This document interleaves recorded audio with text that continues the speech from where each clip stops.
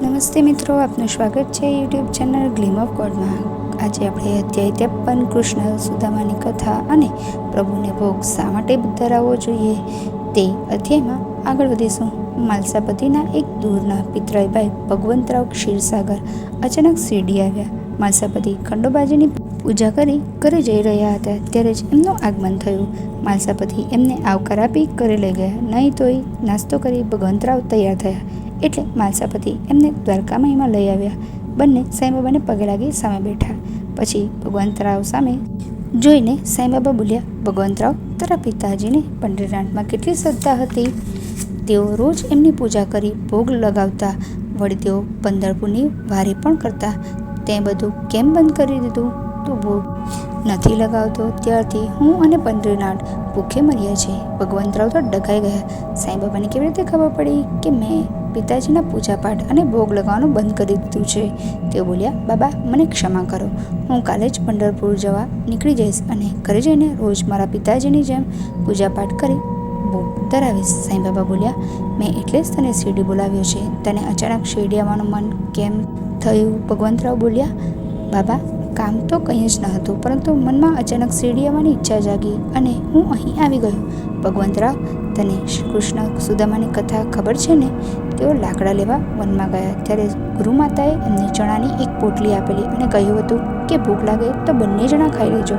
વનમાં સખત વરસાદ પડ્યો એટલે તેઓ એક વૃક્ષ પર ચઢીને બેસી ગયા। સુદામા ઉપરની ડાળ ઉપર અને શ્રી કૃષ્ણ નીચેની ડાળ ઉપર।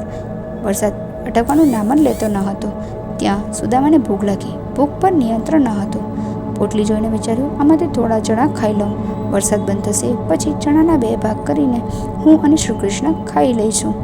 થોડા થોડા કરતાં એ બધા ચણા ખાઈ ગયો। વરસાદ બંધ થતાં બંને નીચે ઉતર્યા એટલે શ્રી કૃષ્ણ બોલ્યા, સુદામા, પેલી પોટલી ખોલ, આપણે ચણા ખાઈ લઈએ। સુદામા શરમથી બોલ્યા, કૃષ્ણ, મને ક્ષમા કરી દે। ભૂખ લાગેલી એટલે બધા ચણા હું ખાઈ ગયો।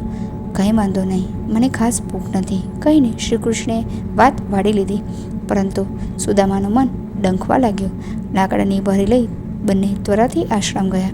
ત્યાં બધા એમની ચિંતા જ કરતા હતા।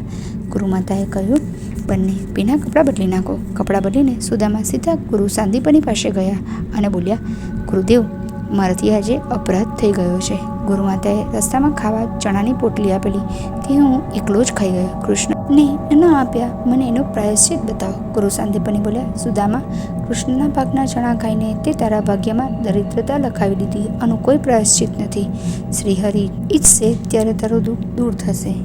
અને એમ જ થયું। સુદામાએ ભારે દરિદ્રતા ભોગવી। પત્નીના આગ્રહથી તેઓ દ્વારકા શ્રી કૃષ્ણને મળવા ગયા અને એમના પૌમાં શ્રી કૃષ્ણ આરોગ્યા ત્યારે એમની દરિદ્રતા ટળી। માટે પ્રભુને ભોગ લગાવ્યા વગર જમવું ન જોયું। ગીતામાં કહ્યું છે કે ભક્તિપૂર્વક પત્ર, પુષ્પ, ફળ, જળ વગેરે અર્પણ કરે છે તે હું ગ્રહણ કરું છું। ઇન્દ્રિયો ભોગ્ય પદાર્થ વગર રહી શકતી નથી। આપણે પ્રથમ પ્રભુને અર્પણ કરીને તેનો ઉપયોગ કરીએ તો તેના તરફથી આપણી લાલસા ધીરે ધીરે નષ્ટ થતી જાય છે। ગીતામાં કહ્યું છે, હે કૌંતે, તું જે કર્મ કરે છે, ખાય છે, હોમે છે, દાન કરે છે, તપ કરે છે, તે સર્વ મને અર્પણ કર। ઘણા ભક્તો પોતાના સદગુરુને કે પ્રભુને પોતે જે ખાય પીએ તે સર્વ કોઈપણ સમયે કોઈપણ સ્થળે અત્યંત ભક્તિભાવથી ધરાવીને ગ્રહણ કરે છે। એથી એમાં રહેલા દોષો નષ્ટ થઈ જાય છે। આ રીતે કરવાથી એ પદાર્થ પ્રસાદ બની જાય છે। એ ગ્રહણ કરેલો પ્રસાદ તન મનને પવિત્ર કરે છે। તન મન પવિત્ર થાય તો વિકારોનો નાશ થાય છે। એ ભક્ત પ્રભુ કે સદગુરુની નજીક પહોંચી જાય છે અને એના મય બની જાય છે। આ પણ સરળ મુક્તિનો માર્ગ છે। શ્રુતિ પણ આ બોધનો મહિમા કરે છે અને કહે છે, દરેક ચીજ પ્રભુને પ્રથમ અર્પણ કરવી, પછી જ તેનો ઉપયોગ કરવો। સાંઈબાબાએ આમ અનોખી રીતે આ બોધ આપ્યો। ભગવંતરાવ બોલ્યા, બાબા, આજે આપે મારા જ્ઞાનચક્ષુ ખોલી નાખ્યા। મારા પૂર્વજન્મના પુણ્યનો ઉદય આજે થયો છે। મારા પિતાજીના પૂજાપાઠ અને ભોગ ધરાવવાની ક્રિયા એટલી મહત્વની હતી તે આજે મને સમજાયું। આપને કોટી કોટી ધન્યવાદ કહીને ભગવંતરાવે અત્યંત શ્રદ્ધાથી સાંઈબાબાના પગમાં પોતાનું મસ્તક મૂકી દીધું। સાંઈબાબાએ પોતાના વરદ હાથ એના મસ્તક પર મૂક્યા અને ઉધી આપી। દ્વારકામયમાં બેઠેલા બધા જ સાંઈ ભક્તો પણ ભાવવિભોર થઈ ગયા। બધાએ સાંઈબાબાના નામનો જય જયકાર બોલ્યો। ઓમ નમઃ ઇતિ સદગુરુ શ્રી સાંઈ સચ્ચરિત્રમાં। કૃષ્ણ સુદામાની કથા અને પ્રભુનો ભોગ નામનો અધ્યાય 53 સમાપ્ત. ઓમ સાંઈરામ. જો આપને આ વિડીયો પસંદ આવ્યો હોય તો વિડીયોને લાઈક કરજો, શેર કરજો અને ચેનલને સબસ્ક્રાઈબ કરવાનું ભૂલતા નહીં.